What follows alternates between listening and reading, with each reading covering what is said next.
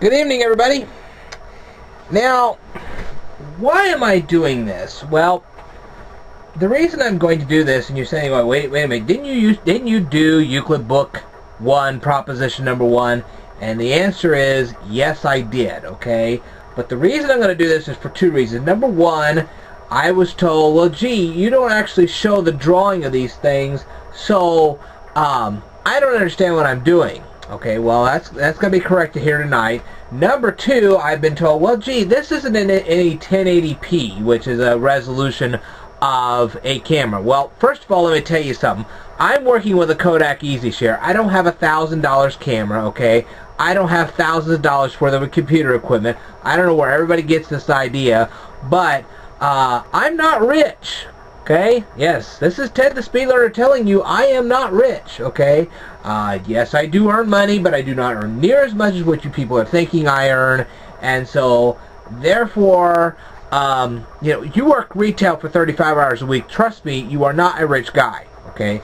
I am doing this as a benevolent thing. I am trying to get people back to work. I am trying to help people with their homework.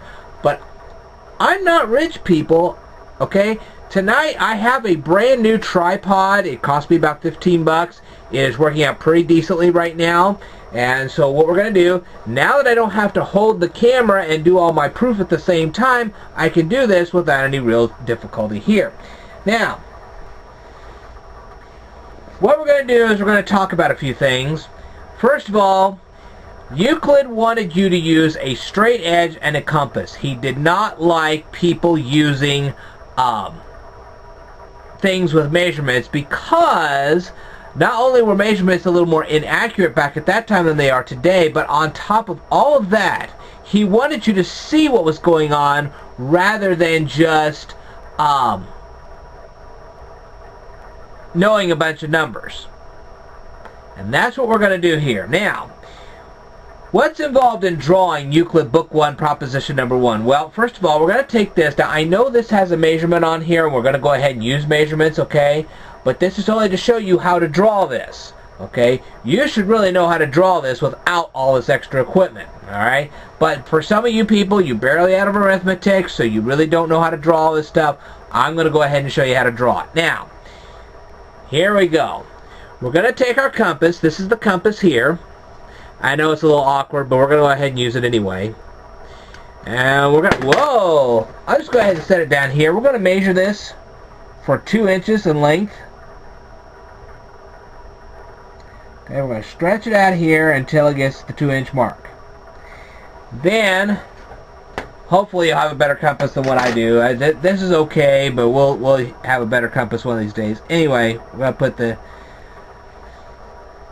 this metal part is, see this metal part right here? Okay, that is used for the center of your circle. This actually draws the outermost edge of your circle, which is otherwise known as your circumference. And if you don't know what circumference is, you need to go back to some of my videos way back in my mathematical videos, because I do explain circumference. Okay, so basically, for those of you who are joining me now, a circumference of a circle is the outermost edge of the circle. Anyway, we're going to put the compass down here like this. And we're going to go ahead and draw 2 circles. And what we're doing right now is drawing circle number 1.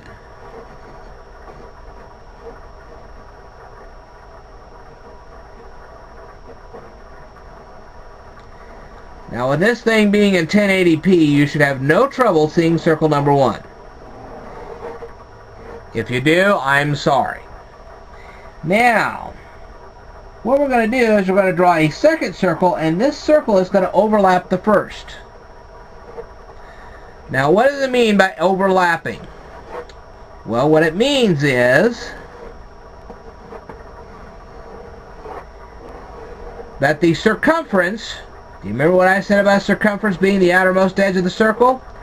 Okay, the circumference of circle number 2, which is this one right over here, is going to pass through the center of circle number 1. The outermost edge, which is the circumference, of circle number 2 is going to pass through the center of circle number 1. Now what we're going to do is draw a radius. What is the radius of a circle? Now I have explained this many times through all my mathematical videos, my Euclid videos, so on and so forth. But one more time, the center, if you draw a line from the center of the circle, that's what we're going to do right here. We're going to actually do it with an ink pen. If you draw a line from the center of the circle to its outermost edge, you have drawn one complete radius of a circle. Okay? We have just drawn a line from the center of circle number 1 to the outermost edge of circle number 1. Now, ironically, the outermost edge of circle number 1 passes through the center of circle number 2. Okay. Now,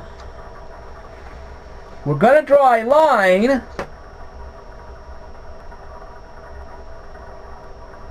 from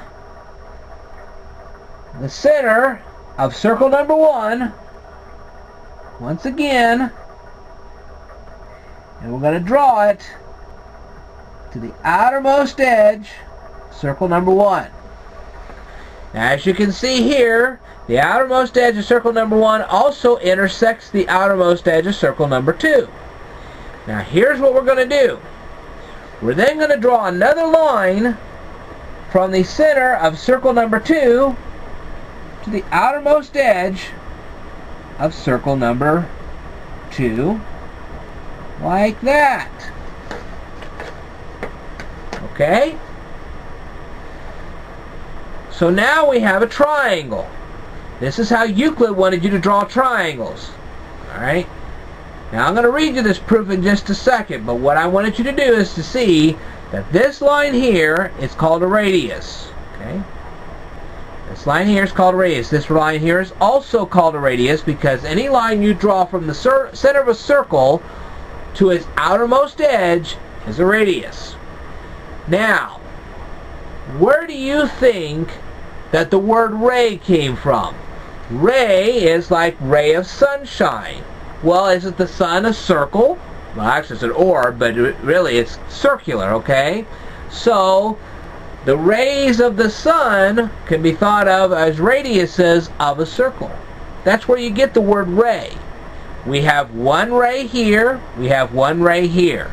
Now, if you have two rays that meet at one point, that forms an angle. This is an angle. From here to here to here is an angle. Alright?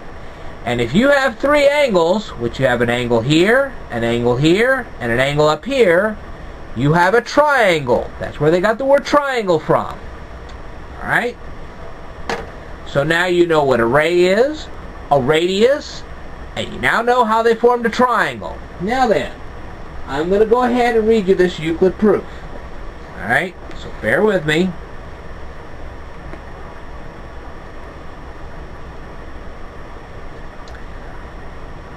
It says, on a given finite straight line, to construct an equilateral triangle. Oh, okay. Let AB be the given finite straight line. Alright? So let's put A and B right here. And we're going to put C right here. Okay? Now we're going to put another couple points here. This one is going to be known as D. And this one's going to be known as E. Okay? Let AB be the finite straight line. Thus it is required to construct an equilateral triangle on the straight line AB. So what we did was we took point A, we constructed a big old circle. We took point B, we constructed another big old circle. Here we go. With center A and distance AB, let the circle BCD be described. Well, BCD, this is BCD right here, okay? And that's by postulate number 3. And again, with center B and distance BA, let the circle ACE be described by postulate number 3.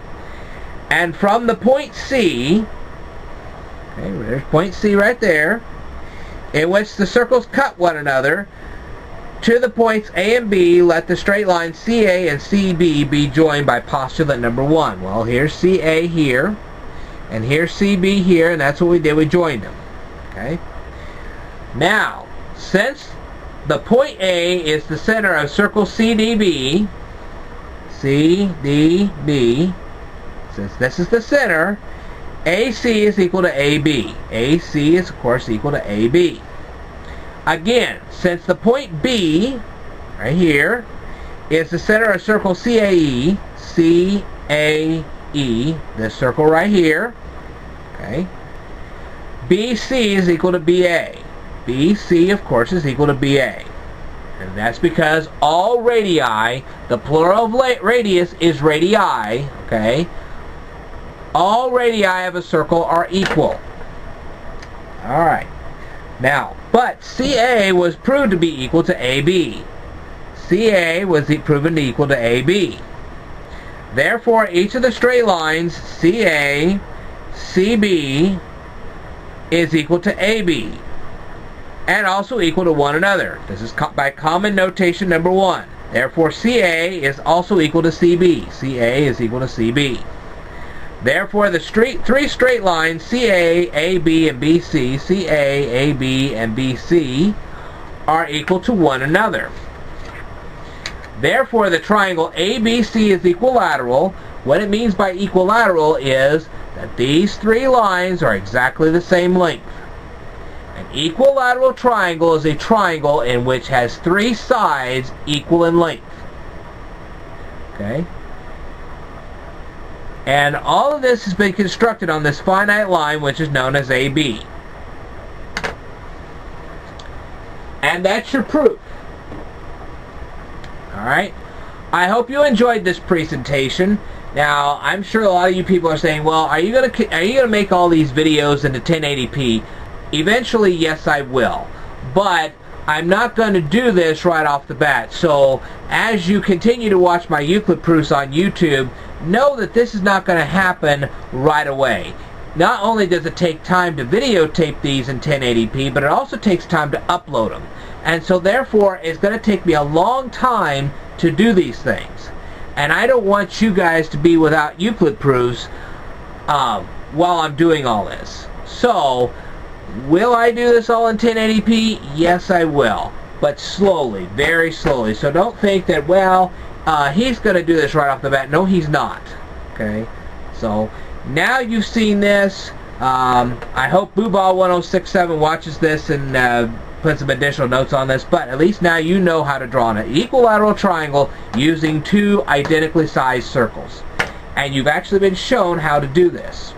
Alright? Not every time am I going to show you how to make every single drawing. But I will show you as best as I can and let you take it from there. Again, this is going to be a long way of doing this because, like I said, not only does it take time to make these videos in 1080p, but it also takes time to upload them. It takes a lot longer to load up a 1080p than it does a regular video. So, don't expect miracles. Alright? Anyway, I will tell you more in a future video, so stay tuned.